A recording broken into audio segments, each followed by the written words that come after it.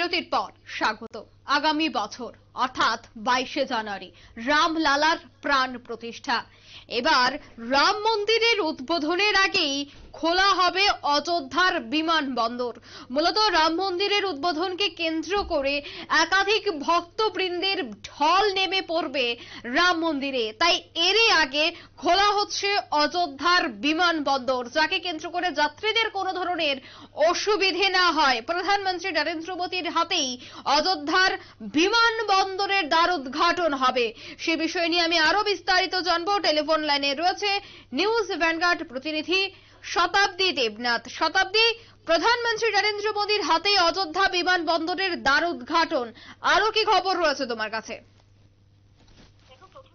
যে দীর্ঘ প্রতীক্ষিত অযোধ্যার রাম মন্দির উদ্বোধন বা দ্বার উদ্ঘাটন আগামী মাসে এবং বলা যায় নতুন বছরের শুরুতে হতে চলেছে, এবং তার পাশাপাশি কিন্তু এর আগে চলতি মাসে অযোধ্যা বিমানবন্দরের গেট খুলতে চলেছে এবং শুরু হতে চলেছে অযোধ্যার বিমানবন্দরের উড়ান পরিষেবা, এবং যা কিন্তু প্রধানমন্ত্রী নরেন্দ্র মোদীর হাত ধরে অযোধ্যার বিমানবন্দরের দ্বার উদ্ঘাটন হবে বলেই কিন্তু জানা গিয়েছে।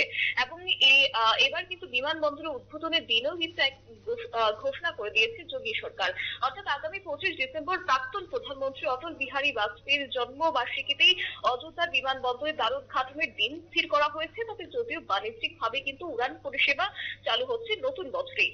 তবে যেহেতু প্রধানমন্ত্রী নরেন্দ্র মোদীর হাত দিয়েই হবে দ্বার উদ্ঘাটন, এবং সেক্ষেত্রে কিন্তু 14 ডিসেম্বর অযোধ্যার বিমানবন্দরের লাইসেন্স মিলেছে, তাই আগামী 30 ডিসেম্বর ইন্ডিগোই কিন্তু প্রথম অযোধ্যার বিমানবন্দরে উড়ান পরিষেবা শুরু করতে চলেছে বলে কিন্তু বিবৃতি দেওয়া হচ্ছে।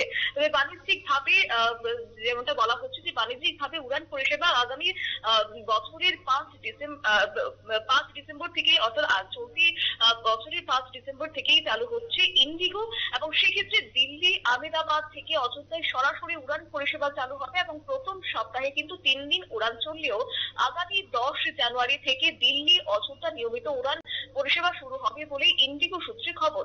এবং আগামী 22শে জানুয়ারি অর্থাৎ 2024 কিন্তু অযোধ্যার রাম মন্দিরের বিগ্রহের প্রাণ প্রতিষ্ঠা হবে, এবং তারপর দিনই জনসাধারণের জন্য বা ভক্তদের জন্য কিন্তু মন্দিরের দ্বার উদ্ঘাটন করা হবে। এবং রাম মন্দির উদ্বোধন বা দ্বার উদ্ঘাটন হলে যে অযোধ্যায় দেশ বিদেশ থেকে ভক্তদের যে একটা জনঢল নামবে তা কিন্তু বলার অপেক্ষা রাখে না।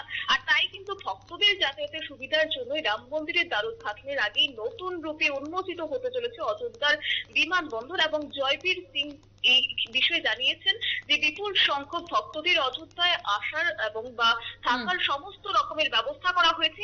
এছাড়াও কিন্তু ট্রেন সফর হলেও যে সেখানে অতিরিক্ত ট্রেন চালানোর ব্যবস্থা কিন্তু করা হচ্ছে। তার পাশাপাশি বিশেষ সেক্ষেত্রে যাতে দেশ বিদেশে যারা ভক্তরা আসবেন তাদের যাতে সেভাবে অসুবিধা না হয় তার ব্যবস্থাটাও তারা কিন্তু করছে। তবে আরেকটি বিষয় জানিয়ে রাখি যে অযোধ্যার বিমানবন্দরটি নতুন রূপে প্রকাশিত হতে চলেছে, এবং এটি কিন্তু এটির নামও পরিবর্তন করা হচ্ছে, অর্থাৎ অযোধ্যার বিমানবন্দরের নতুন নাম করা হচ্ছে শ্রীরাম আন্তর্জাতিক বিমানবন্দর। এবং 6250 বর্গ মিটার এলাকা জুড়ে কিন্তু বিস্তৃত এই বিমানবন্দরে 500 যাত্রীর ধারণ ক্ষমতা রয়েছে। এছাড়াও কিন্তু রাজধানীতে একটির সঙ্গে 4টি বিমান পার্কিং এর সুবিধা রয়েছে। তবে কেন্দ্রের তরফ থেকে পরিকল্পনা করা হচ্ছে যে এই বিমানবন্দরটি পরবর্তী সময়ে আরো বড় পরিসরে কিন্তু পরিকল্পনা করা হচ্ছে, যাতে করে আরো সেক্ষেত্রে যাত্রীদের যাতে করে আরো আনা যায় বা সেক্ষেত্রে যাতে তাদেরকে আরো আকর্ষিত করা যায়। একদমই ধন্যবাদ শতাব্দী। প্রধানমন্ত্রী নরেন্দ্র মোদীর হাতে অযোধ্যার বিমানবন্দরের দ্বার উদ্ঘাটন, অর্থাৎ কোনো ধরনের জন্য অসুবিধে না হয় একেবারে ভক্তবৃন্দদের রাম মন্দিরে পৌঁছানোর জন্য, তার জন্য এই মুহূর্তে রাম মন্দিরের উদ্বোধনের আগে বিমানবন্দরের দ্বার উদ্ঘাটন হবে।